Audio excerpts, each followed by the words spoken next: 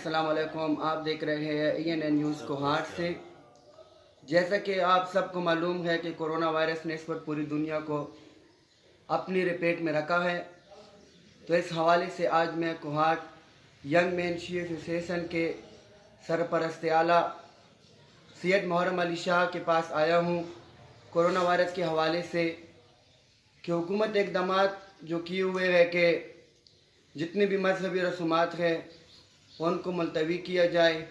तो इस हवाले से हम सैयद मोहर्रम अली शाह सरपरस्त आला यंग मैन शी एसोसिएशन से इसके हवाले में पूछेंगे। जी अस्सलाम वालेकुम। बिस्मिल्लाहिर्रहमानिर्रहीम।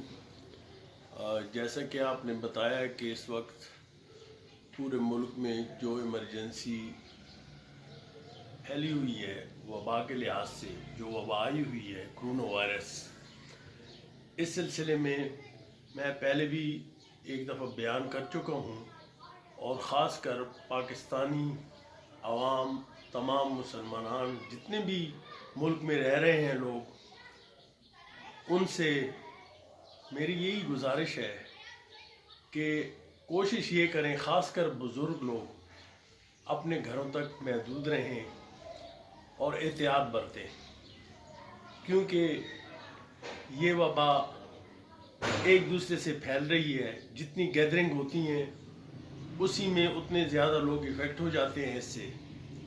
तो इसमें जितनी एहतियात की बरती जाए उतना बेहतर है।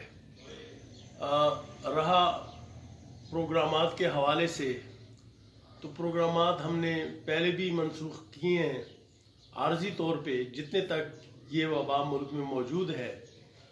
तो इंशाल्लाह आने वाले प्रोग्राम वक्तन फ़वक्तन हम ऐसी हालात को देखते हुए, मुदरजे रखते हुए चेंज करते रहेंगे, क्योंकि इंसानी ज़िंदगी हमें ज़्यादा अजीज़ है।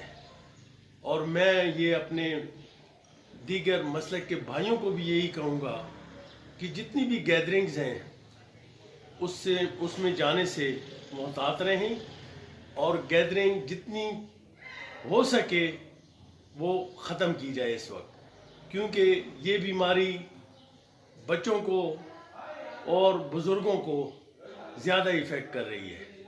लिहाजा मैं तमाम मुसलमान भाइयों से ये गुजारिश करता हूँ और अपील भी करता हूँ कि वो मोहतात हों और अपनी घरों तक और अपनी उस तक महदूद रहें जितने तक ये वबा ख़त्म नहीं हुई। शुक्रिया